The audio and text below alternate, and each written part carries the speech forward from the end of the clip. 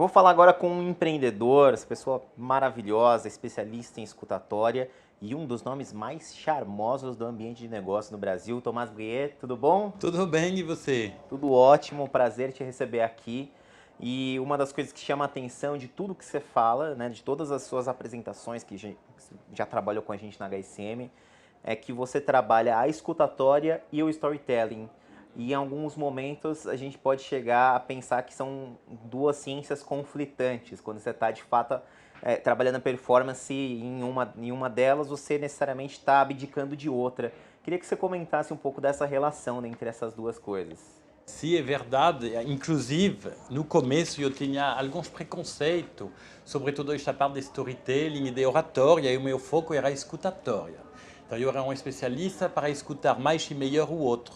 Só que eu percebi que quando você escuta o outro, você começa a perceber quais são os padrões de linguagem que fazem com que o outro se aproxima e se afasta, e aí você reaprende a falar para captar a atenção. E sem saber, estava reusando toda a essência do storytelling. Porque a partir do momento que você reaprende a falar para captar a atenção do outro, você usa a mesma essência que o storytelling. Só que não é aquele storytelling de contar história, escrever romance.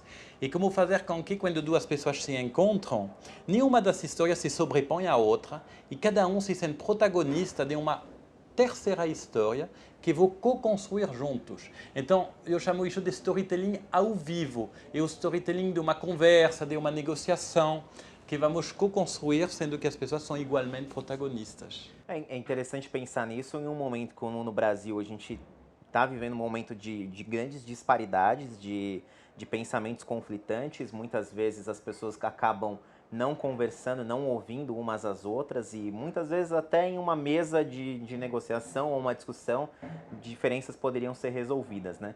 Como é que a gente então muda esse mindset, essa visão para que as pessoas possam então trabalhar a questão da escutatória de uma maneira mais natural? Como é que a gente muda essa cultura? Esta pergunta é profunda, viu? Porque isto é a solução de todos os problemas do mundo, das guerras, dos conflitos. Então eu vou dar uns palpites, eu não sou dono de nenhuma verdade, apenas eu compartilho esta angústia. Para mim o que me angustia é quando as pessoas não se entendem, quando tem esta falha na comunicação. Inclusive a violência, ela começa quando as palavras acabam. Então, quando a pessoa não consegue trabalhar, a violência começa. Eu acredito que nesta polarização são duas coisas. Primeiro, tem uma visão do mundo da escassez. Então, estamos tão cheios de nós mesmos e estamos tão cheios de medos, de receios, de angústia, que nós não vemos o mundo pelo lado da abundância. E trocando alguns padrões de linguagem, que isto com que eu trabalho, você já consegue fazer um passo para sair desta polarização da escassez e ir na abundância. Trocando, por exemplo, o mas pelo e. Eu vou te dar um exemplo. Eu queria ir no cinema contigo hoje à noite, mas preciso revisar o vestibular. Eu me coloco como vítima do vestibular e o mas apaga toda a parte de queria ir no cinema contigo hoje à noite. Do tipo, eu gosto muito de você, mas é uma palavra que acaba com tudo que... Quando você troca isso pelo e, por exemplo, eu quero ir no cinema contigo hoje à noite e também quero revisar o vestibular. Agora, eu vou ter que tomar uma decisão e eu decidi ir no cinema ou revisar o vestibular. Qual é a diferença entre a primeira e a segunda parte? A primeira, o mas me colocou como vítima e apagou todo o começo da frase. Na segunda, o e fala, olha, dá para fazer as duas coisas? Quem sabe eu não consigo fazer as duas coisas? Ou eu escolho, e na hora que eu escolho, eu sou protagonista da minha vida. Então, mudando alguns padrões de linguagem, muda a visão do mundo.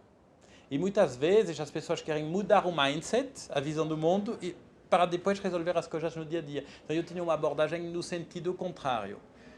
Mudam padrões de linguagem, aprendem a se escutar uns aos outros, a lidar com objeções, e talvez que esta polarização vai se dissolver. Isto é uma pergunta bem inspiradora, então me veio um outro palpite agora. Excelente, excelente. Propósitos dissolvem conflitos. Então, muitas vezes, quando tem conflitos e esta polarização, que ninguém se escuta e que nós esquecemos os propósitos que temos em comum. Então tem uma competição de propósito. Hoje todo mundo fala de propósito o tempo todo, acho quase meio que exagerado, porque as pessoas perceberam o poder deste propósito.